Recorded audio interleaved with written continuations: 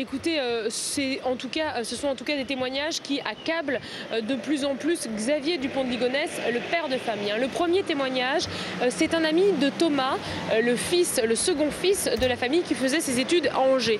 Et c'est un de ses camarades de classe qui raconte dans Le Parisien que Thomas a passé l'après-midi du 5 avril chez lui. Et puis aux alentours de 19 h, Thomas a reçu un coup de téléphone de son père, lui expliquant que sa mère avait eu un accident de vélo, qu'elle était à l'hôpital, qu'elle n'était pas en danger, mais le père a insisté pour que son fils rentre à Nantes. Le camarade de classe explique que lui et Thomas ont quand même dîné ensemble. Il n'a rien remarqué d'étrange et ni de changement dans le comportement de Thomas, qui a pris un train à 22 h 30. Et puis le lendemain, il lui a envoyé un texto pour prendre de ses nouvelles.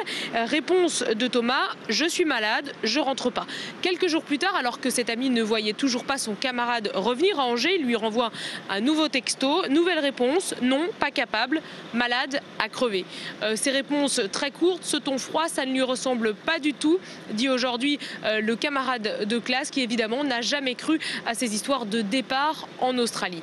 Et puis le second témoignage, cette fois-ci c'est dans le Figaro, et cela éclaire un petit peu les relations qu'entretenait le couple Dupont de Ligonnès.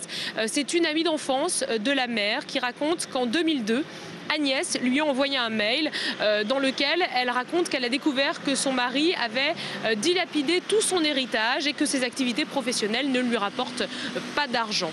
Quelques jours plus tard, cette amie raconte qu'elle a également reçu un mail, cette fois-ci de Xavier, son mari, lui expliquant que toutes ces informations, que tout cela était faux. L'amie d'enfance explique bien qu'elle avait compris que cela était faux. Elle croyait son amie qui était, selon elle, sous l'emprise de son mari.